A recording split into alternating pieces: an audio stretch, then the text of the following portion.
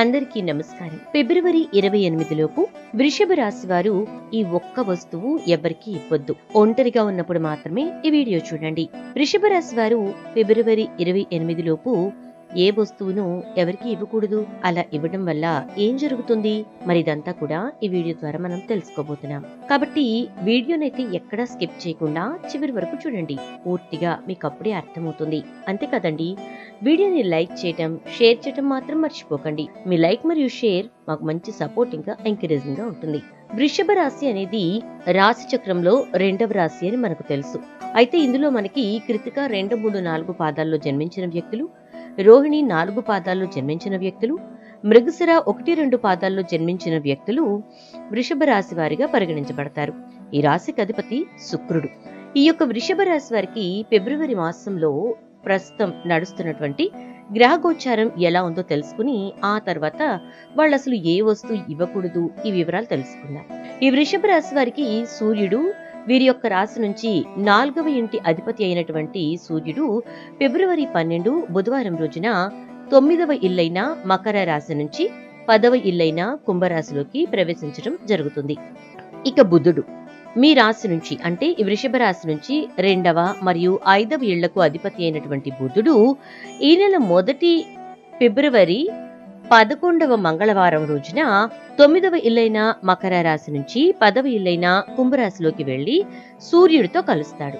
ఆ తర్వాత ఫిబ్రవరి 27 గురువారం రోజున మీ రాశికి 11వ ఇల్లు తన నీచ రాశి అయిన మీనరాశిలోకి వెళ్తాడు. ఇక శుక్రుడు ఈ వృషభ రాశికి లగ్నాధిపతి. ఈ నెలంతా కూడా 11వ ఇల్లు తన ఉచ్చ రాశి అయిన మీనరాశిలో సంచరిస్తాడు. ఇక కుజుడు 7 మరియు 12వ ఇళ్లకి అధిపతి. ఫిబ్రవరి అంతా కూడా 2వ ఇల్లైన మిథున రాశిలో తన సంచారాన్ని కుజుడు కొనసాగిస్తాడు. ఇక గురువు విషయానికి వస్తే 8వ మరియు 11వ ఇళ్లకు అధిపతి అయిన గురువు ఈ ఫిబ్రవరి మాసం అంతా కూడా మీ రాశి నుంచి 1వ ఇల్లైన వృషభ రాశిలో సంచరిస్తాడు.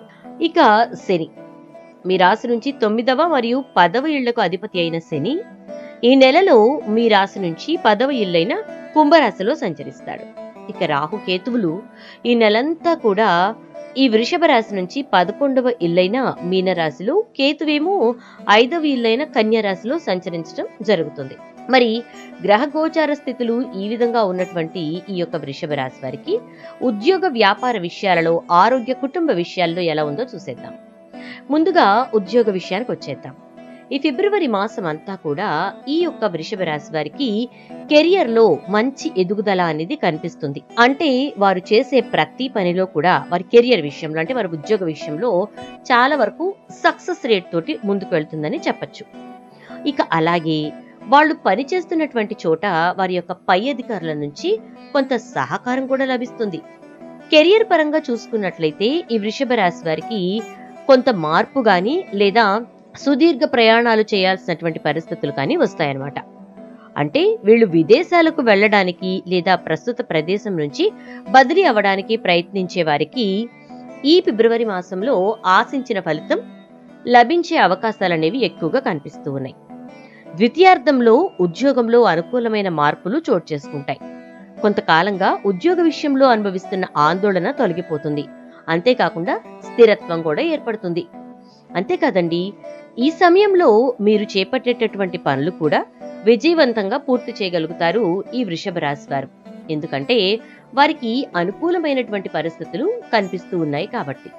ఉద్యోగం విషయం ఇలా ఉంటే ఆరోగ్య విషయం ఎలా ఉంది అనేది చూసేద్దాం. ఫిబ్రవరి మాసంలో ఆరోగ్యపరంగా మీకు మంచి జరుగుతుంది. మొదటి వారంలో అయితే కొంత మానసిక ఒత్తిడి అనేది ఉండే అవకాశాలు ఉన్నాయి. ఆ తర్వాత మంచి ఆరోగ్యాన్ని పొందుతారు. అనవసరమైన చర్చల్ని పరిహరించడానికి ప్రయత్నించండి. దీనివల్ల ఏమవుతుందంటే మరింత మానసిక ఒత్తిడి మరియు కొన్ని ఆరోగ్య సమస్యలు తలెత్తుతాయి. సో మీరు అనవసరమైన చర్చల జోలికి అస్సలు వెళ్ళకండి. ఈ నెలలో కుజుని గోచారం అనుకూలంగా ఉండకపోవటం వలన ప్రయాణంలో జాగ్రత్త అనేది చాలా అవసరమని చెప్పబడుతోంది. ఆరోగ్య సమస్యలు రాకున్నా కూడా కొంత ఇబ్బంది ఏర్పడే అవకాశం అనేది కనిపిస్తుంది. కాబట్టి కాస్త జాగ్రత్తగా ఉండడం మంచిదని చెప్పబడుతోంది. ఇక ఆరోగ్య విషయంలో కొంచెం సమస్యలు వస్తాయి కాబట్టి అనారోగ్య పరిస్థితులు మీరు దరిచేరకుండా యోగా లాంటిది చేయటం కానీ, ప్రాణాయామం, వ్యాయామం లాంటివి చేయటం చేయండి. వాకింగ్ కూడా మీకు బాగా దోహదపడుతుంది. ఇక ఈ ఫిబ్రవరి మాసంలో వృషభ రాశి వారి ఆర్థిక పరిస్థితి ఎలా ఉంది అనేది మనం చూసేద్దాం. ఆర్థికంగా మొదటి 2 వారాలు కాస్త నార్మల్ గా ఉంటాయి. డబ్బు వచ్చినా కూడా ఎక్కువగా కుటుంబ అవసరాలకే ఖర్చు పెట్టాల్సిన పరిస్థితి ఉంటుంది. అయితే 3వ వారం తర్వాత ఆర్థికంగా అనుకూలంగా ఉంటుంది. మీకు ఊహించని లాభాలు లేదా సంపాదన ఈ మాసంలో మీరు చూస్తారు. కొత్తగా పెట్టుబడులు పెట్టాలనుకునేవారు కొంతకాలం వేచి ఉండడం మంచిది. కుజుని గోచారం అనేది అనుకూలంగా ఉండకపోవటం వలన నష్టాలు కలిగించే వాటిలో పెట్టుబడి పెట్టే అవకాశం ఉంటుందని చెప్పచ్చు. కాబట్టి కొంచెం ఆర్థిక విషయాల్లో జాగ్రత్తగా ఉండండి. కుటుంబ విషయంగా చూసుకున్నట్లయితే కనుక కుటుంబ పరంగా మంచి జరిగే అవకాశం ఎక్కువగా ఉంది. జీవిత భాగస్వామి నుంచి మంచి సహకారం కూడా లభిస్తుంది. ఇక ఈ నెల నుంచి మంచి పనులు ప్రారంభం కానున్నాయి. మీ తండ్రి ఆరోగ్యం బాగా కోలుకుంటుంది. ఇక మీరు మీ కుటుంబ సభ్యులతో కలిసి కొంతమంది ఆధ్యాత్మిక ప్రముఖుల్ని కూడా కలుసుకుంటారు. కొత్త వాహనం కానీ, స్థిరాస్తి గాని కొనుగోలు చేయటం గాని, లేదా న్యాయ సంబంధ వివాదాలు తొలగిపోయి స్థిరాస్తి రావడం కానీ జరుగుతుంది. ఇక వ్యాపారంలో ఉన్నటువంటి వారికి మంచి లాభాలు మరియు ఎదుగుదల అనేవి కనిపిస్తూ ఉన్నాయి. అయితే మీరు గతంలో ప్రారంభించినటువంటి ప్రాజెక్టులు ఆర్థిక సహాయం అందటం లేక వ్యాపార అభివృద్ధి విషయంలో మీ భాగస్వామి లేదా బ్యాంకు నుంచి కొంత సహాయం పొందాల్సిన పరిస్థితి ఉంటుంది. కొత్తగా వ్యాపారం ప్రారంభించాలనుకుంటున్న వారికైతే ఈ నెలలో వ్యాపారం ప్రారంభించడం అంతగా అనుకూలించదు కాబట్టి కొంతకాలం వేచి ఉండడం మంచిది. కాబట్టి వ్యాపారస్తులు ఎవరైతే ఉన్నారో కొంచెం జాగ్రత్తగా ఉండాలి. ఇక చదువు విషయానికి వచ్చినట్లయితే విద్యార్థులకు బాగుంటుంది. ఎందుకంటే మీరు కోరుకున్న సంస్థల్లో మీరు ప్రవేశాలు పొందడమే కాకుండా విదేశాల్లో చదువు కోసం వెయిట్ చేస్తున్నటువంటి వారికి కొన్ని శుభవార్తలు వింటారు. బుధుని గోచారం అనుకూలంగా ఉండడం వలన పరీక్షల్లో చక్కగా అందించడమే కాకుండా చదువుపై ఆసక్తి కూడా పెరుగుతుందని చెప్పచ్చు ఈ వృషభ రాశి వారికి. ఇక దీంతో పాటుగా ఈ వృషభ రాశి వారికి మనం చూసుకున్నట్లయితే కనుక ఇందాక మనం చెప్పుకున్నట్లుగా వృషభ రాశి వారికి ఫిబ్రవరి 28 లోపు ఈ ఒక్క వస్తువు ఎవరికి ఇవ్వకూడని పరిస్థితులు ఉన్నాయి. మరి ఇంతకు అవి ఏంటి, వారెవరికి ఏ వస్తువుని ఇవ్వకూడదు అనేది ఇప్పుడు చూసేద్దాం. వృషభ రాశి వారు వారి యొక్క జీవితంలో ఎప్పుడూ కూడా ఎవ్వరికీ కూడా ఇవ్వకూడని ఒక వస్తువు ఉంది. అదేంటి అంటే వారు వ్యాపారం చేస్తున్నటువంటి వ్యాపార సంస్థకు సంబంధించినటువంటి తాళం చెవులని ఎవరి చేతికి ఇవ్వకండి. అయితే అది మీరు హ్యాండిల్ చేయాలి లేదా మీ కుటుంబ సభ్యులు హ్యాండిల్ చేసుకోవాలి. అంతేకాని ఎట్టి పరిస్థితుల్లోనూ మీ వ్యాపార స్థలం యొక్క తాళం చెవులని మీ దగ్గర పనిచేస్తున్న వారికి లేదా మీ క్రింది స్థాయి వారికి అస్సలు ఇవ్వకండి. అలా చేయటం వల్ల మీరు అధికారాన్ని కోల్పోయేటటువంటి పరిస్థితి ఉంటుంది లేదా వ్యాపారాన్ని మూత పెట్టుకోవాల్సినటువంటి పరిస్థితి ఉంటుంది.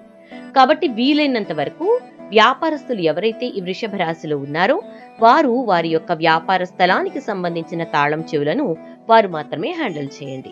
ఇలా చేయటం వల్ల మీ వ్యాపార అభివృద్ధి జరగటమే కాకుండా వ్యాపారంలో మీరు కోరుకునేటటువంటి స్థాయికి మీరు వెళ్ళడానికి అవకాశాలు ఎక్కువగా ఉన్నాయి. శుభం. వీడియో నచ్చితే తప్పకుండా ఒక లైక్ చేసి వీడియోనైతే షేర్ చేసేయండి. అలాగే ఛానల్ను సబ్స్క్రైబ్ చేసుకోండి. పక్కనే ఉన్న బెల్ ఐకాన్లో ఆల్ ట్యాప్ చేసేయండి.